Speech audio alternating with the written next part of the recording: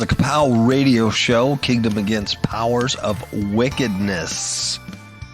Yes, today's date is July 8th, 2019. And today we have a special show. I'm going to give a little introduction here, and then I'm going to play this audio from Ray Yungen. He's now deceased. Unfortunately, he died, but he was one of the good guys. He had Lighthouse Trails Publishing.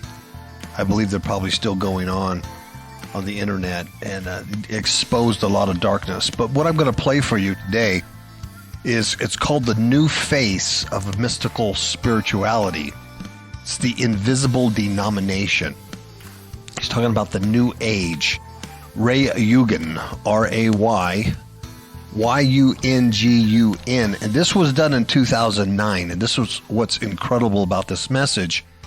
It is 10 years old. 10 years old. But listen to how he explains the coming darkness. And now, 10 years later in 2019, we absolutely know. We absolutely see it.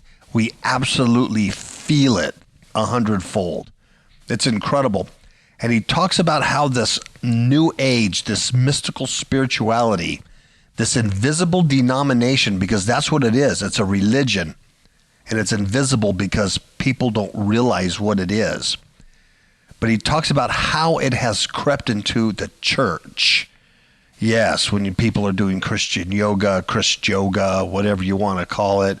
They're doing martial arts in the churches. They're doing all these mystical experiences, prayer circles, prayer stations, you name it. He examines the source and nature of this spirituality, and he gives credible evidence of its widespread influence in our culture. He's talking about yoga, Reiki, chakras, metaphysical practices. They're all examined and exposed with a prediction that they would increase. So remember, this was 10 years ago, and he predicted they would increase, and he was absolutely right on. He calls this ancient Satanism, because that's what it is. It's ancient Satanism, and he calls it the invisible denomination because it has permeated businesses, education, law, health, religion, all facets of modern culture. Meanwhile, the average person does not recognize this as an actual denomination or spiritual body. And either does the average church-going Christian. They don't recognize these ancient principles, this ancient Satanism. So I'm going to play this audio. It's probably a little over an hour long, but it's really, really good. And I think you'll enjoy it. I have several of his DVDs, and this is just one of them. So if it goes well, I'll play more. But before I play the audio of Ray Yungen, I want to remind everybody that this month only in July, we are giving away 5 ebooks absolutely free. Absolutely free. And many, many people have already taken advantage of this. I get email notifications every time a book is sold or distributed, and many people have gone and claimed their books, their free books, a lot of people. So you don't want to miss out on that, because once July ends, they won't be free anymore. They'll be back to $2.99 each if I leave them up there. The first one is Fate of Holiness by Pam Telgenhoff, a very good book. Miss KAPOW and I wrote the foreword to it. It talks about what happened to holiness. Really good. Christianity, a Blasphemy. You heard us talking about this. Another thing that I'd written a while predicting this Cheez-Its, this false Christ, this little Jesus that comes and masquerades as the real Savior in our church system. It's a really good book. Pick that up. Idolicide. Idolicide is the killing of idols. Idolicide.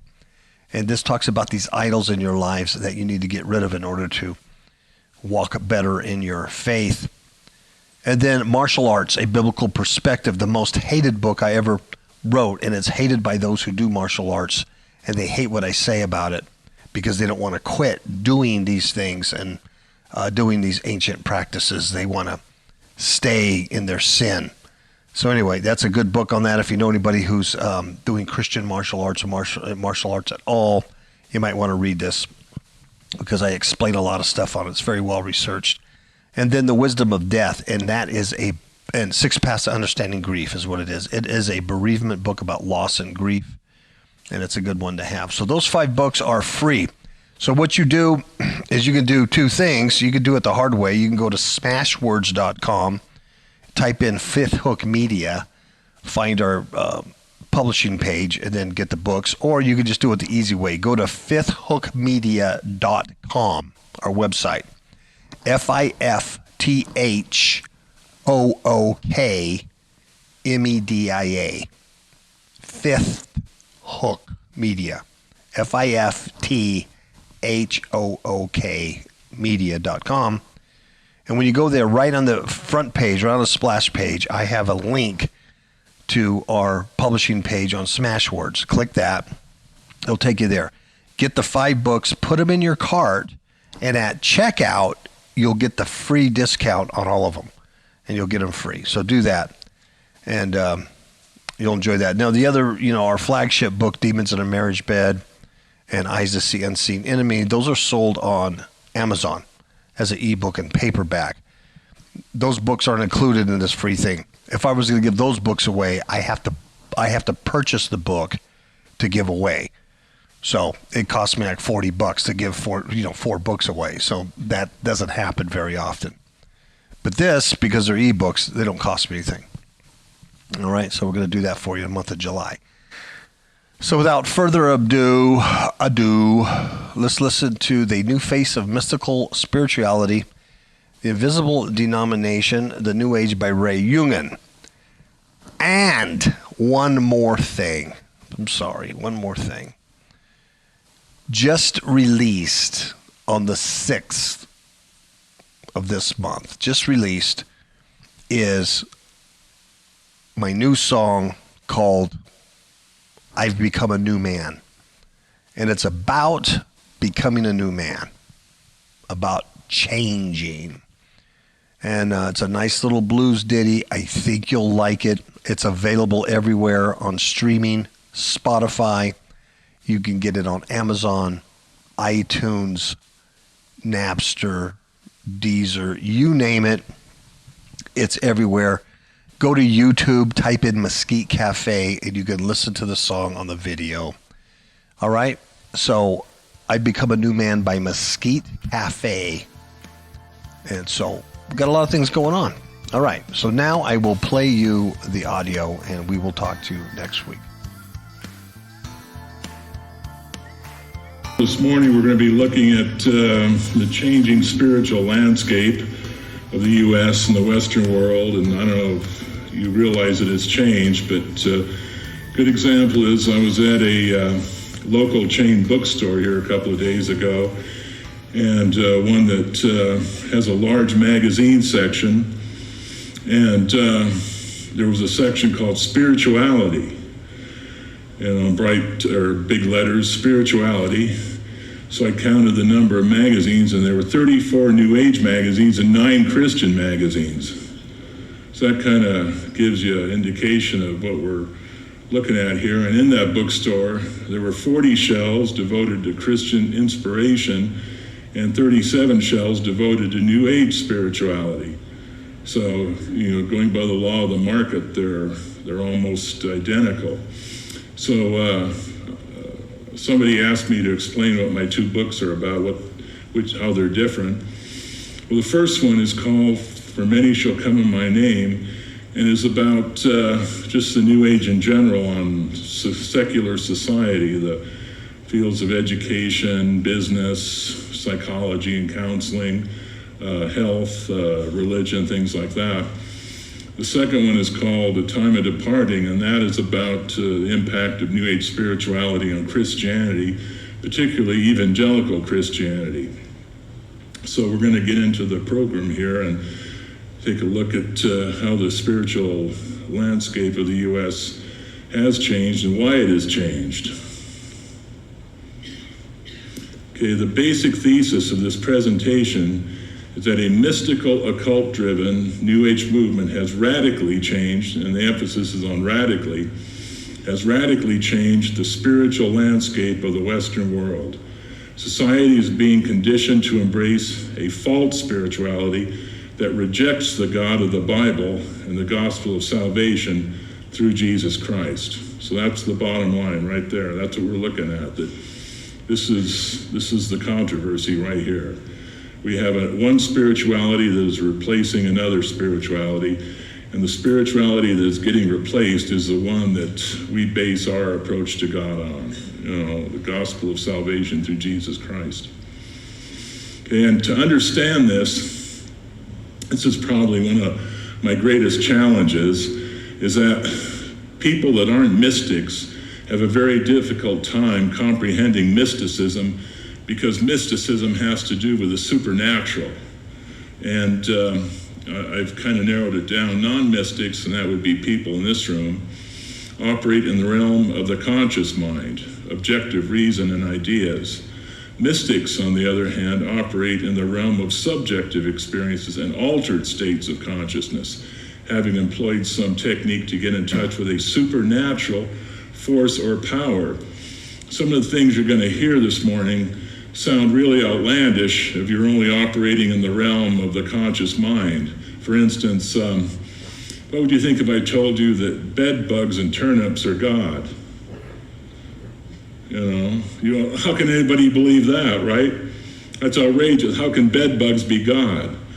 But if you're a mystic and you've let some supernatural power come into you and take over your mind and give you the impression that bed bugs and turnips are God, then that's a whole nother thing, because you've had the experience that is the way it is. For those of you who have pencil and paper, nobody's going to believe they're God unless they feel like they're God, right? Nobody's going to believe they're God unless they feel like they're God. And that's what we're looking at here with mysticism. Mysticism is the direct experience of the supernatural, not just believing some idea or some doctrine. Like with the Jehovah's Witnesses or the Mormons, they try to get your attention intellectually, and they try to convince you that they have the restored gospel, or that Jesus was the angel Moroni, but they approach you through your intellectual faculties. It has to do with facts and convincing you on the intellectual basis, but not so with mysticism. Okay, how many of you heard the term the occult? The occult, okay? A lot of you probably think it has to do with weird, creepy people in black and upside down crosses and people going, "Hail Satan," things like that. The thing is, occultism is much more idealistic. Occultism really has a great appeal for a lot of people, because of the following. Occultism is defined as the science of mystical evolution.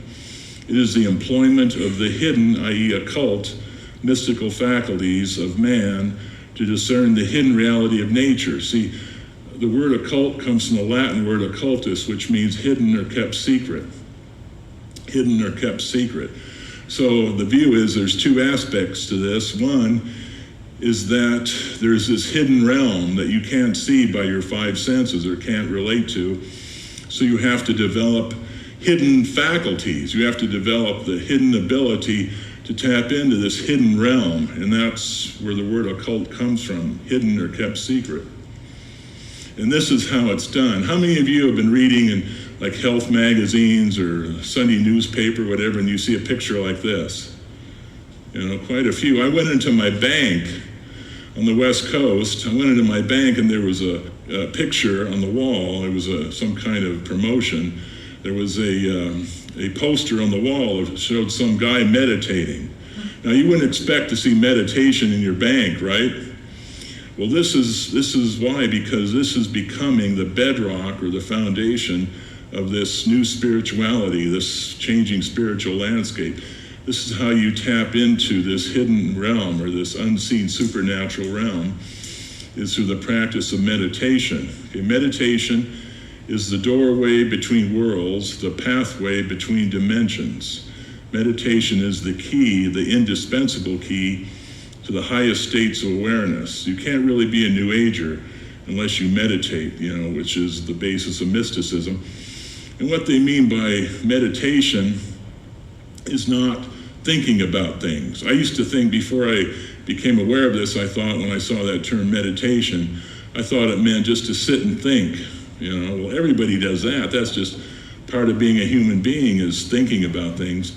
Then I found out that what they meant by meditation was not thinking, is turning off your thought process, turning off your mind by using various methods. Like one is a mantra. How many of you heard the term mantra? Now, mantra is 2 words, and it means to be liberated from thought. And you do that by repeating either a word or a phrase over and over again. You just focus on it, and as you focus on it, your mind can't think. In other words, your thoughts can't proceed, and the mantra acts kind of like a dam in a river. It stops the flow of thoughts, and then the water backs up and becomes this still pool, and they call that the silence. And in the silence, what you hear is what's called the higher self, or your spirit guides. Now, your higher self is your divine self. This is a basic format. Is you meditate, you empty your mind, you have spiritual experiences, you meet spirit guides, you meet beings that say they're your higher self, and you let them run your life. You let them take over the controls, and now you're being guided and directed by these spirit guides. And I believe that these spirit guides are what the Bible calls familiar spirits. That's what makes this movement so significant, so dangerous, is that we have people that are actually giving themselves over to what Leviticus 19:31 calls familiar spirits. And of course, some people might think, well, that's impossible. How can that happen? How can people allow this? But this is what we're looking at this morning, how this came about.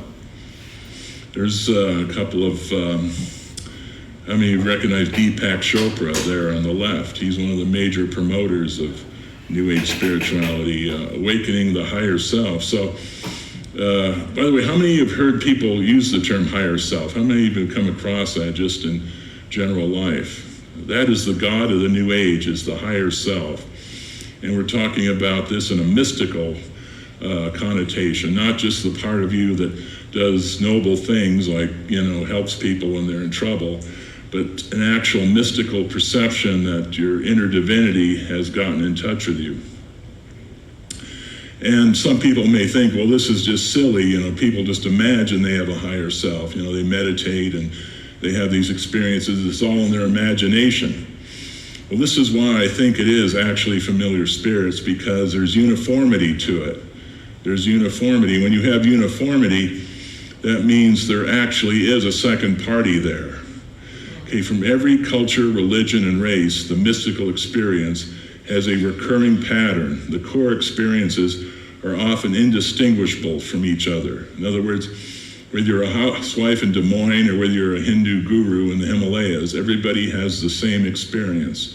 So this means there actually is an actual experience going on that's rooted in reality.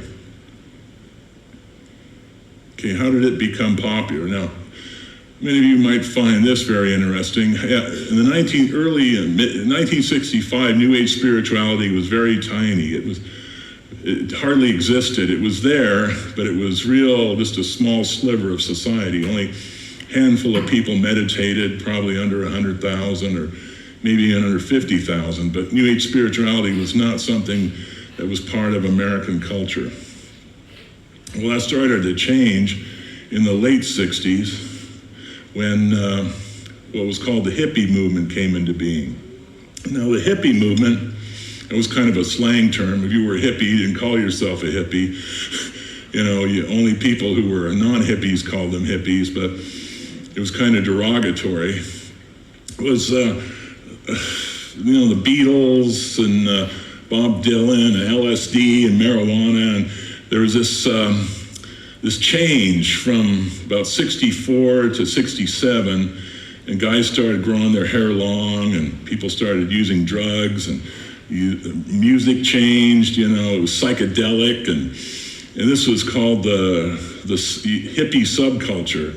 And in 1969, there was this Woodstock Music Festival. How many of you have heard of the Woodstock Music Festival? In fact, after that, people with this persuasion referred to themselves as the Woodstock Nation. Well, you may not know this, but the person that was the keynote speaker that kicked off the Woodstock Music Festival was Swami Satchidananda, the gentleman on the screen there with the long white beard. And he's a Hindu guru. He was a Hindu Swami. And there were about 300,000 young people there. And he kind of, when the music festival began, he kind of chided them for using drugs. He kind of scolded them for using LSD. He said they should be meditating instead. And incredibly, if you rent the movie Woodstock, you can see this. There's about 5 to 8 minutes devoted to this. He actually leads them, 300,000 young people, he actually leads them in chanting the Hindu mantra Om. All of them, And this is not surprising because the subtitle of the Woodstock Music Festival was An Aquarian Fair. That was the actual official subtitle, An Aquarian Fair. And of course, Aquarian is the age of Aquarius. And that's what the new age is the coming age of Aquarius. We're moving out of the Piscean age into the Aquarian age. And in the Aquarian age, everyone is going to be in touch with their higher self. That's the spiritual keynote of the Aquarian age, is humanity will come into the full realization of its divinity through meditation. And if you can, the picture of the Swami, they're seeing the background. Can you all see that thing in the back of them there? Well, that represents all the world's religions. We have Islam and Judaism and Hinduism, and each one of those little signs in back of him represents one of the world's religions. And his goal was to unite all the world's religions around meditation. That was one of the things that Swami Satchidananda was known for, was uniting the world's religions at the mystical level. Anyhow, after that, this got the ball rolling. In the 1970s, transcendental meditation became quite popular. I remember one time, how many remember a guy named Merv Griffin? Well, Merv Griffin had the Maharishi Mahesh Yogi, that's the man here on the cover of Time magazine, on his show. And Burt Reynolds and Clint Eastwood were on the show too, and both of them said they were meditators. And then Merv Griffin said he was a meditator also.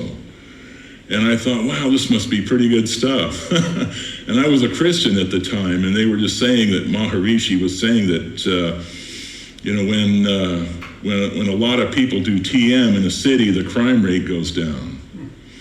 Well, anyhow, he made the cover of Time magazine, and in the 1970s, 1 million Americans signed up for TM classes. And that kind of got the new age really going.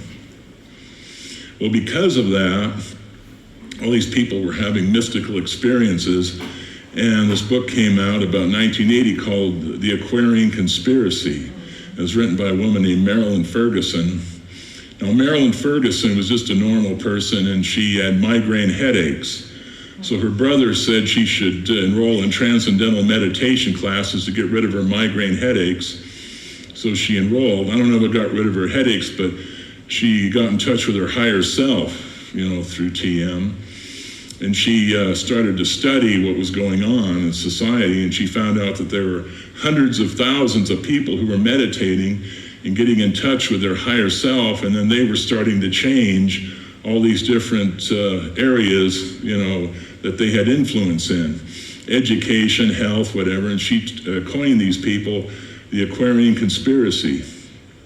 And she said, I coined the term Aquarian Conspiracy to describe the network of people who are seeking social transformation, which emerges from personal inner change. And by personal inner change, what she means is mystical change, or getting in touch with these spiritual forces.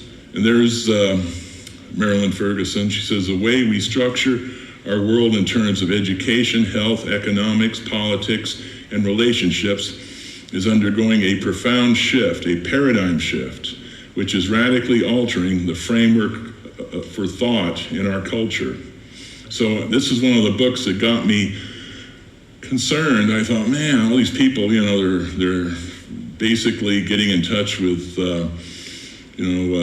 forces that are not Christian. They don't go in the direction of the preaching of the cross. They're going in the direction that man is God. And I thought, wow, this is something that's significant. So this is one of the books that got me concerned in studying this movement.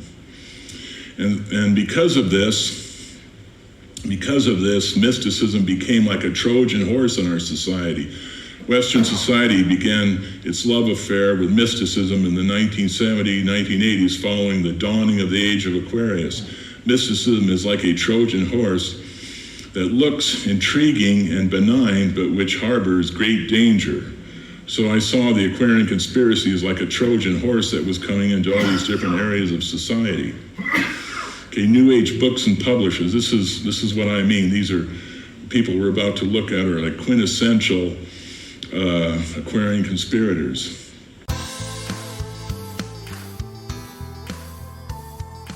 How many of you remember the story contained in the book of Acts, chapter 19, where there were 7 sons of Sceva, and they were trying to cast out a demon because they saw the Apostle Paul doing great miracles through God. So they tried to do the same thing. So they go up to this guy who's demon-possessed, and they say, "We adjure you by this Jesus whom Paul preaches to come out." Yeah, and guess what the evil spirit did? The evil spirit answered them and said to them, "Hey, I recognize Jesus, and I know about Paul, but who are you?" And guess what? The man that had the demons jumped on him, beat the heck out of him, subdued him, overpowered him, and they literally fled out of the house naked and wounded. Wow. Guess why? Guess why? Because they did not go to Amazon.com and buy Demons in My Marriage Bed, a true story of spiritual warfare. The book is not about you being married or single. The book is about dealing with demonic forces, and you need to know how to do that today more than you ever have for your own life and for those around you. The book is a training manual, and there's training in there that will teach you how not to be the sons of Sceva and get beat up by demons. It will give you the tools for you to be recognized by them, because they'll know that you're exercising the authority that is given to you through Christ. You need to get this book.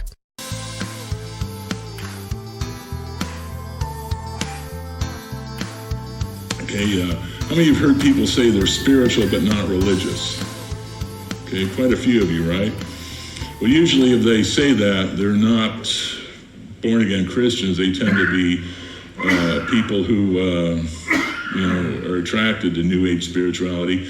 This is a book called Spiritual But Not Religious by Robert C. Fuller. He said over the past decade, bookstores have emerged as the most important centers of unchurched spirituality. So people are getting their spiritual nourishment from bookstores, self-help sections. And according to this book, 40 million Americans are tied into New Age spirituality. 20% of all Americans, 40 million people, are tied into New Age spirituality. This is a very significant book for people that research this movement. Okay, this is Louise Hay. She's known as the queen of the New Age because she wrote a book called You Can Heal Your Life. And what it's about, if you have any kind of problems, if you have any kind of difficulties in life, you can heal your life by meditating and getting in touch with your higher self. Well, her book has sold 30 million copies. 30 million. And this book has changed the religious landscape of America, just this book alone, and has given her so much money and so much clout that she founded her own publishing company called Hay House. And now other books that she's published are selling millions of copies. Here's one The Teachings of Abraham. This is a woman, Esther and Jerry Hicks. Esther Hicks was doing meditation. All of a sudden, this group of spirit guides started speaking through her, which called themselves Abraham. This is not the Abraham of the Bible, but a group of familiar spirits, and this is published by Hay House. And it says in the U.S., Esther, and this is from a British newspaper, in the U.S., Esther and Jerry Hicks, with the help of commentations from Oprah Winfrey, have sold almost 1.5 million copies of their last 3 books. Now it's probably 3 or 4 million, because this is back in 2007. Books such as The Law of Attraction have been on the New York Times bestseller list. And people that would never have read these books before are now reading them because, there's such an openness to what we're seeing. This is kind of interesting here. This is kind of significant. This is Madame Helena Petrovna Blavatsky. Many call her the mother of the New Age movement. She founded the Theosophical Society in 1875. And the Theosophical Society is considered to be one of the first New Age organizations, but it attracted mainly just a small number of people, intellectuals, people who were on the, not in the mainstream of society back then. But the reason I put her, I want you to look at her eyes. Look at her eyes. There's kind of a look in her eyes that indicates that she is in touch with the spirit world, that she is possessed by some kind of supernatural power. Now I want to show you one of Louise Hay's, her publishing company, Hay House, is one of her most popular authors, and we find the exact same look. Yeah, some of you heard of Sylvia Browne. Probably not. She's written like 24 books, and she's been on the New York Times bestseller list. She's one of Hay House's most popular authors, but she has the exact same look in her eyes as Madame Blavatsky did. And I call her a modern day Blavatsky. And what's kind of incredible, she wrote a book on the mystical life of Jesus, as you can see there on the side. Yeah, Sylvia Browne, you go to any metaphysical section, New Age section, you'll find 2-3 shelves devoted just to her books. She's extremely popular, but I wanted to show you those 2 pictures because I thought it was kind of striking that Madame Blavatsky and Sylvia Browne had that same look. Okay, this will hit kind of close to home. This is Llewellyn Publishing. This is a Witchcraft Publishing Company, and they're located in St. Paul, Minnesota. That's their headquarters. They were founded in 1901, and up until the 1980s, they were very obscure. They were just like a hole in the wall, and they published books on astrology and things. And then in the 1980s, they started to explode. How many have heard of Llewellyn Publishing, by the way? Oh, quite a few of you, yes. And then in the 1980s, they started to get more popular. And then in the 90s, they just exploded. And I got a hold of I knew somebody. They actually sent one of their books to a friend of mine who ran a Christian bookstore, and this is only for people that run bookstores. I got this back in 1999, and the front of the catalog, they have their 35 top-selling books, and I don't know if you can see that. See that one with a woman with the second from the first one? It's called Wicca for the Solitary Practitioner. And at that time, that one had sold 330,000 copies. And then see the one at the first, the big blue one, the first one on the second row, that's Buckland's Complete Book of Witchcraft. At that time, that had sold about 300,000. Well, I got a hold of their catalog just the other day. I went to their headquarters over, I don't think it's in St. Paul anymore, it's in a suburb, one of the southeastern suburbs. And now they have, this catalog had about 350 or so titles. This one has 700 titles. And now they're in a catalog, it looks like a Sears catalog or a J.C. Penney catalog. It's gotten really, really fancy. And that book, Wicca for the Solitary Practitioner, has now sold 650,000 copies. It's doubled in the last 8 years. Well, just that one book has sold about the same number as the inner city population of Minneapolis and St. Paul. Just that one book on how to practice Wicca without being in a coven. Well, anyhow, I figured out, I totaled up all the top 35 bestsellers here. It came to 7 million copies. And that was 8 years ago. 7 million books on witchcraft sold by Llewellyn Publishing Company. Now it's probably 12 million or 14 million. Okay, you might think, well, witchcraft, that's just, normal people aren't going to go for witchcraft. Well, New Age spirituality has become very, very important in the business world. This is an accountant executive meditating at Om, a spa for your spirit. And this is U.S. News and World Report. It says, shh, the guy in the cubicle is meditating. It says that corporate America may be in the midst of a Damascus conversion, and that 2,000 global power brokers gathered from the elite World Economic Forum in Switzerland, and the agenda included confabs on spiritual anchors for the New Age and the future of meditation. So in other words, the corporate world, according to the U.S. News and World Report, is going for meditation. Okay, this is a book called The Corporate Mystic, and two of the top trainers for corporations in the world endorse this book. The first one is Ken Blanchard. He says, if you want to lead your enterprise into the 21st century, read this powerful book. The second was Dr. Stephen Covey. He says, this important book will sweep you into a different level of consciousness, one of a spiritual perspective and feeling so necessary in future leadership. What does he mean by spiritual perspective? In other words, this book is going to make you a spiritual person. What kind of spirituality? Well, the author, Gay Hendricks, says, most mystical traditions speak of a clear space at the center of ourselves, whether it is called soul or spirit or essence. It is what some call the higher self and represents who we really are at the core. And of course, he says that in our seminars and consultations with corporations, we began to teach meditation. So the same kind of thing you get from Hay House, from that one woman, Sylvia Browne, you get in corporate America, and endorsed by two of the top people in the corporate field. This is Brian Tracy. He claims that he has trained over 1,000 corporations in his seminars. And he makes frequent reference in his books and material to the superconscious mind, which is another term for the realm of spirit guides or the higher self. Now look at it. Wouldn't you trust a guy like that? If you were in the business world, I mean, he doesn't look occultic, does he? But yet, that's what the superconscious mind is. It's the realm of the higher self and spirit guide. Brian Tracy is extremely popular in the business world.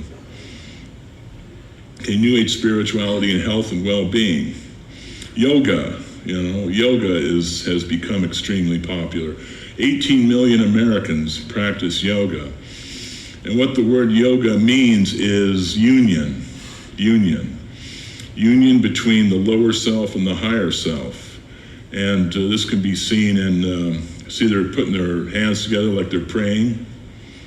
Well, that's called the Namaste pose. And at the beginning and end of every yoga class, the teacher will put her hands together like that and go Namaste.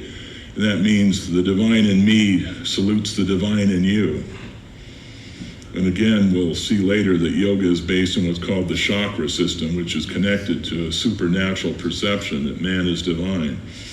And 1/3 of all people that practice yoga practice it for spiritual reasons. In other words, to encounter God.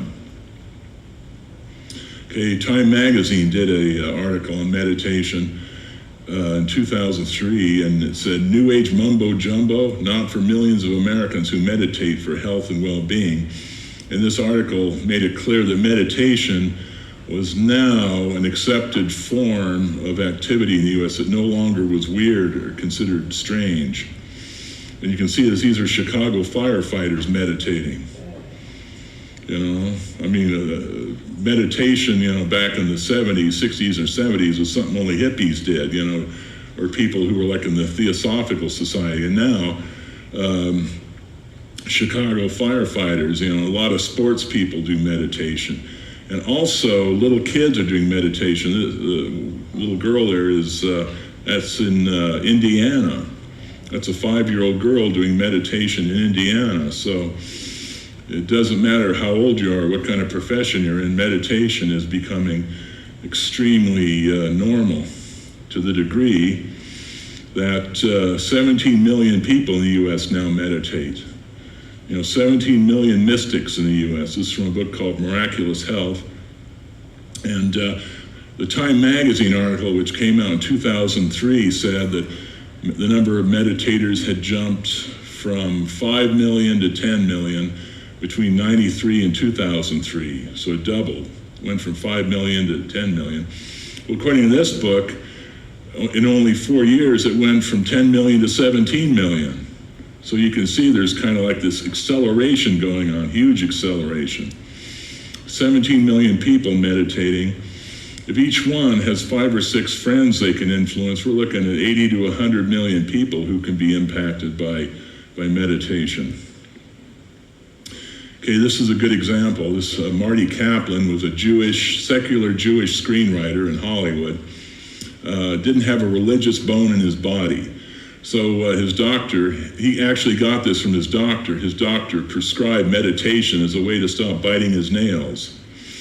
So he started to do it, and he wrote this article called Ambushed by Spirituality.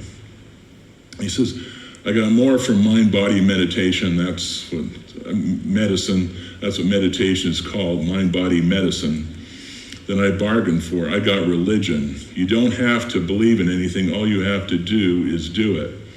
See, it's not, that's what I was trying to get across in the beginning. It's not a matter of being convinced intellectually. All you have to do is just meditate, and then you open up this portal.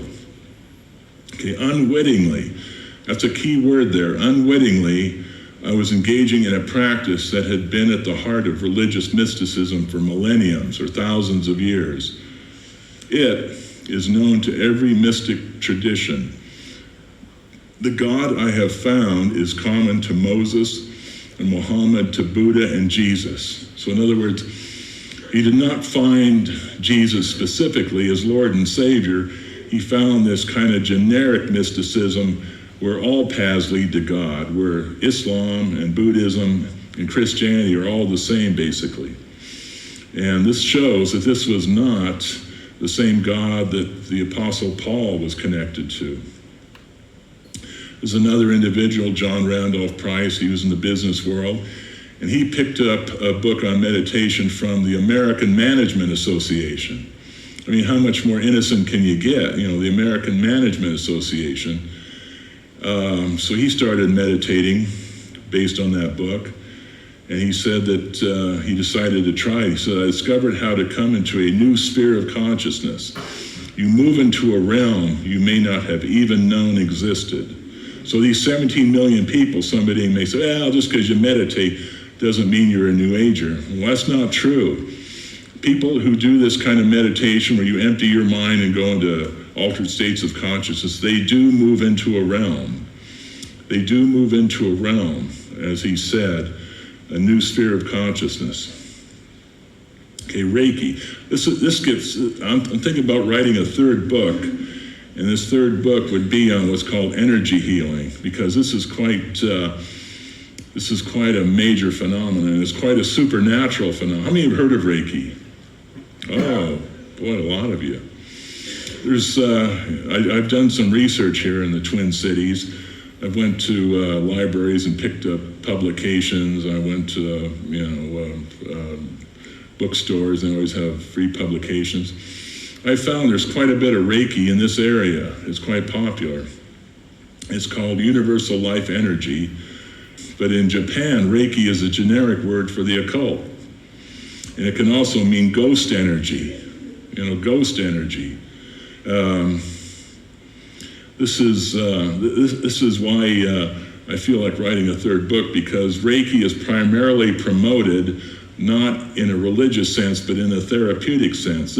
I got this from a day spa in my hometown. It's called the Gift of Reiki. And this is what it says. And this is a place where you can get your hair done and manicures and, it's like a combination beauty parlor, massage place. These are called day spas. And this brochure says, the gentle art of Reiki draws on universal life energy to benefit people of any age and in any state of health. Reiki offers comfort, nurture, and support for the good health and balance of your mind, body, and emotions. Now, if you read that in a day spa, what would you think?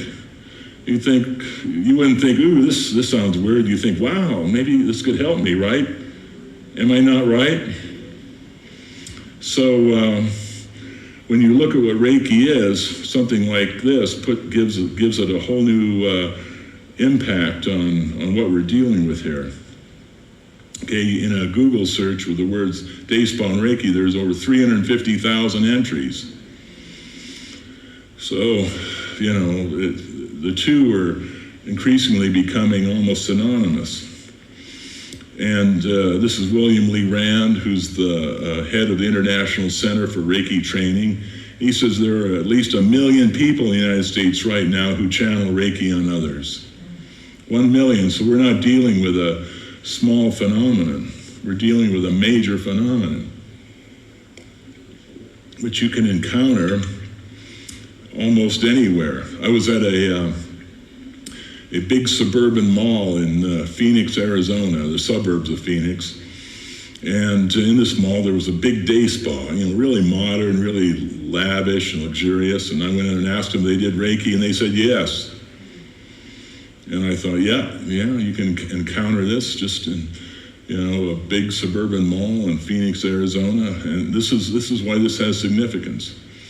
Okay, Reiki is being used by nurses quite often. A lot of nurses have learned Reiki. It says each class comes with what is called an attunement, which is a very sacred ceremonial procedure that is highly spiritual. During the attunement, the client is able to receive the Reiki spiritual energies used for healing. These energies are brought in via Reiki symbols, sacred symbols, which Dr. Sui rediscovered in the 1900s. So Reiki was discovered by a man named Dr. Sui, a Japanese person in the early 1900s, and then one of his disciples brought it to the U.S. in the 1970s, and there was no Reiki in the U.S. before the 1970s, and she initiated 22 Reiki masters to do this, and then they just started initiating others, and now there's 1 million Reiki channelers in the U.S. Okay, and this is Reiki Magazine. This is what I've been hinting at ever since we got on this subject. It says, during every attunement ceremony, I'm always aware of the presence of my Reiki guides. My Reiki guides. Now, you can imagine who the Reiki guides are. There's a picture. This picture actually came out of a Reiki magazine. I didn't just go looking for some weird picture to scare people with, This actually came out of Reiki magazine. Not that particular one, but one like it. It says, imagine my surprise during my first Reiki class when I observed the astral images of guides and healing spirits pouring forth bright shimmering rays of healing energy at the hands of novice practitioners. So I believe these little lights that are around the person's head and face there are these Reiki guides. And I believe that's where the power of Reiki comes from. Okay, this is a book called Hands of Light. This is from a woman named Barbara Ann Brennan. She used to be in the U.S. space program, in Florida there, Cape Kennedy. And she got into energy healing. And she wrote a book called Hands of Light. And she actually, I have this in here because she actually has a kind of not a photograph, but a drawing of the Reiki guides. And I thought it was important to include this in my presentation. And you can see that she's doing it on somebody. And you can see these two, you see the figures at both sides of her? Okay, those are the Reiki Guides. They look like just a little ball of light, little bump there, but if you look, it's like actual beings. And she says, the healer must first open and align herself with the cosmic forces. This means not only just before the healing, but in her life in general. So that means people that are initiated into Reiki have these beings aligned with them, not just when they're doing this, but during their whole life, all the time, 24 hours a day. This is a quote from the book Essential Reiki. And in it, the woman wrote that Reiki once belonged to everyone. The Reiki Guides want it to be so again. So the goal of just this one segment, of the New Age movement is that everybody will be, connected to the Reiki energy, which is the realm of the Reiki Guides.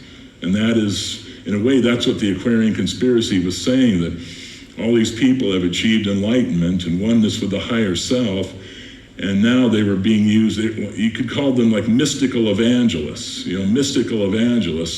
only they don't have to hit you with any kind of doctrine. All they have to do is get you to meditate. As long as they can get you to meditate, then they've done their job. Okay, where is this all leading to? Why should we be concerned? Okay, yoga and Reiki are tied into the chakra system. The chakra system is tied into spirit guides. Spirit guides are familiar spirits, an occultic phenomenon which the Bible sternly warns us against. Here's an article in Time magazine on the science of yoga. So yoga isn't done just for relaxation, not relaxation, but for improving your health or being more agile. These postures that are done in yoga are done just to limber you up so you can meditate, so you don't have to, your mind won't be distracted by aches and pains. So this is from that Time magazine article. As you can see that, I don't know if you can see it, but it has a diagram of the 7 chakras, these energy centers they say are in the body.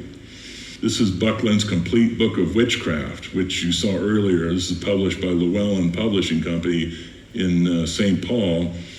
And if anybody ever gives you trouble about yoga, if you say, well, yoga is not Christian or anti-Christian. No, yoga is just for, limbering up and being more agile and being, having better health.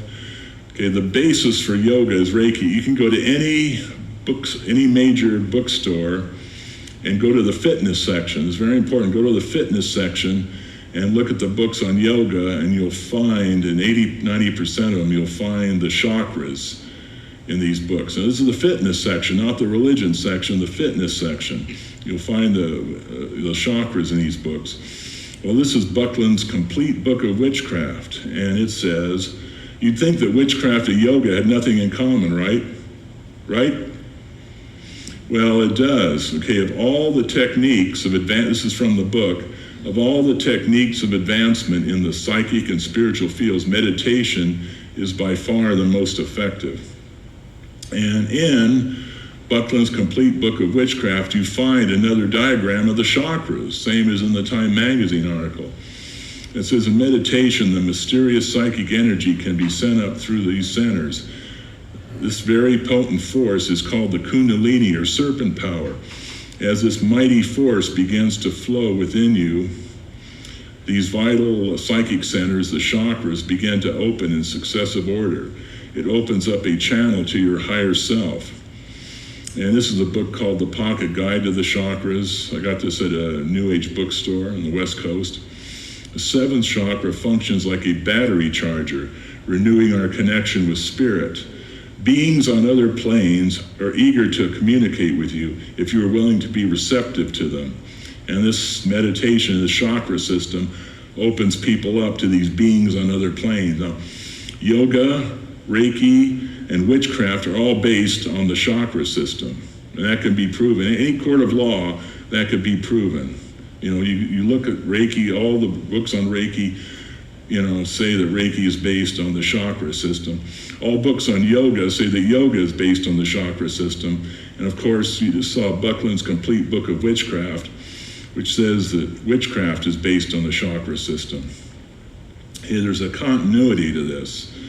The classical experience of enlightenment as described by Buddhist monks, Hindu gurus, Christian mystics, Aboriginal shamans, Sufi sheikhs, and Hebrew Kabbalists is characterized by two universal elements, radiant light and an experience of oneness with creation.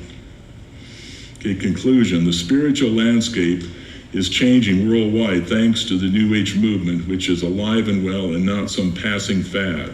See, if this is just people's imagination, it would be like a fad. It'd be like disco. Once they got tired of it, they'd drop it. It'd just kind of dry up. But mysticism has never been a fad. I mean, all throughout the world, in India, yoga has been practiced for thousands of years. Mysticism has been around for thousands of years. It's not a fad. Once you connect with these beings, they actually have you. You're actually in their realm. Your life is orchestrated by them. And they're not going to let you go, except by the grace of God. So this is what we're seeing. 17 million people have now connected with these beings through meditation in the US. Went from practically nothing, like I said, probably in the mid-60s. Who knows, it was probably well under 100,000, probably 20, 30,000 people meditated, mainly in places like New York or Los Angeles. Now 17 million, went from 10 million to 17 million in 4 years. That means it's skyrocketing. That means it could be, in 2 years, it could be 20 million and 25. And, we're seeing a clear paradigm shift, okay? It would appear that the world is being conditioned through books, meditation and business, mystical healthcare practices, and chakra energies to embrace lying signs and wonders, miracles originating through demonic influences. This repudiates God, the Bible, and the gospel of salvation through Jesus Christ, and perhaps is a prelude for widespread acceptance of a false Messiah. So this concludes our talk on the changing spiritual landscape. And then, later on this afternoon, we're going to look at contemplative prayer, the emerging church, and interspirituality. Thank you.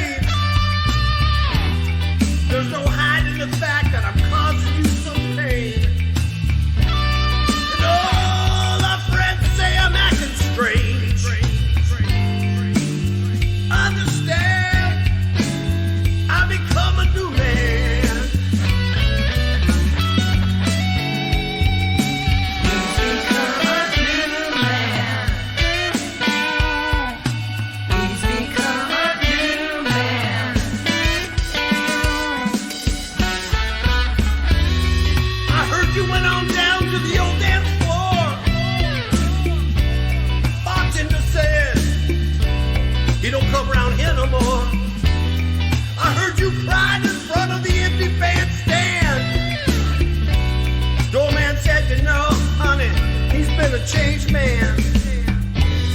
Where's the smoke, the heat, the empty bottles and booze? Where's that guy up there pounding out the blues? You got to try